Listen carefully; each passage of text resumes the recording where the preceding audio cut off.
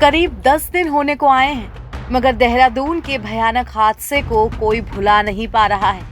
रफ्तार के कहर ने कैसे सेकंडों में 6 नौजवानों की जिंदगियां छीन ली, इस बात को सोचकर हर किसी की आंखें नम हैं। बीती 11 नवंबर को सोमवार के दिन देहरादून ओएनजीसी चौक पर हुए सड़क हादसे ने 6 घरों के चिराग बुझा दिए थे। इस हादसे में बचा इकलौता छात्र जो बुरी तरह से घायल था, सिनर्जी अस्पताल में भर्ती है। सिद्धेश के चेहरे और फेफड़ों में गंभीर चोटें आई हैं, उसकी कई हड्डियां भी टूटी हैं। फिलहाल घायल सिद्धेश की हालत में सुधार बताया जा रहा है कि वो बातों पर प्रतिक्रिया दे रहा है, यानी कि समझ रहा है सारी बातें जो डॉक्टर्स उनसे कर रहे हैं, लेकिन अभी बोलने में असमर्थ है।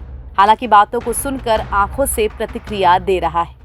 हादसे में घायल हुए सिद्धेश का परिवार जयपुर शादी में शिरकत करने गया था। घर पर कोई नहीं था, सो दोस्तों ने उसे भी पार्टी में बुला लिया। हालांकि पार्टी करने के बाद सभी दोस्त जा कहाँ रहे थे, इसकी जानकारी परिवार के किसी सदस्य को नहीं थी। हादसे की खबर मिलने के बाद सिद्धेश का परिवार रास्ते से लौटा। उन्हें ये दुखद खबर हाथरस पहुंचने पर मिली थी। सिद्धेश ने जाखन में अपने घर पर ही पार्टी रखी थी। एक कार से परिवार जयपुर गया था, जबकि दूसरी कार घर पर ही खड़ी थी। लेकिन अतुल अपनी नई कार से सिद्धेश के घर पहुंचा।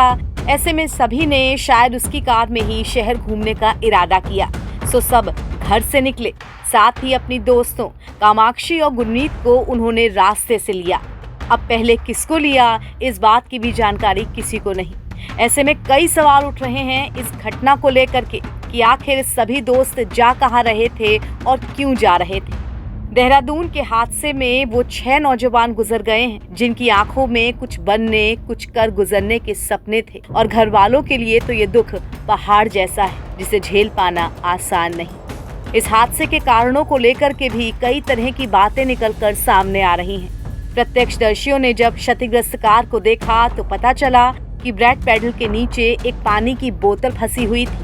यह भी माना जा रहा है कि ब्रेक नहीं लग पाए, इस कारण ये हादसा हो गया। वहीं दूसरी वजह में ये माना जा रहा है कि गाड़ी की रफ्तार इतनी तेज थी कि चालक इस बात का अंदाजा नहीं लगा पाया कि कार निकल पाएगी या नहीं। यही कारण हुआ कि कंटेनर का आधे से ज्यादा हिस्सा सड़क पर आ गया, लेकिन बाकी पीछे के हिस्से से कार तेजी से टकराई। ओएनजीसी चौक पर हुए हादसे में घायल युवक की सहायता के लिए आगे आए युवक दीपक पांडे को एसएसपी अजय सिंह ने सम्मानित भी किया है। दीपक पांडे ने ही घायल सिद्धेश की मदद की थी, उसे तुरंत ही अस्पताल पहुंचाया था। अब उम्मीद है कि जल्द से जल्द इस घटना में बचा इकलौता सिद्धेश ठीक हो जाए, ताकि ये हादसा कैसे हुआ और क्यों हुआ, इसकी वजह साफ हो सके। एनबीटी ऑनलाइन की रिपोर्ट।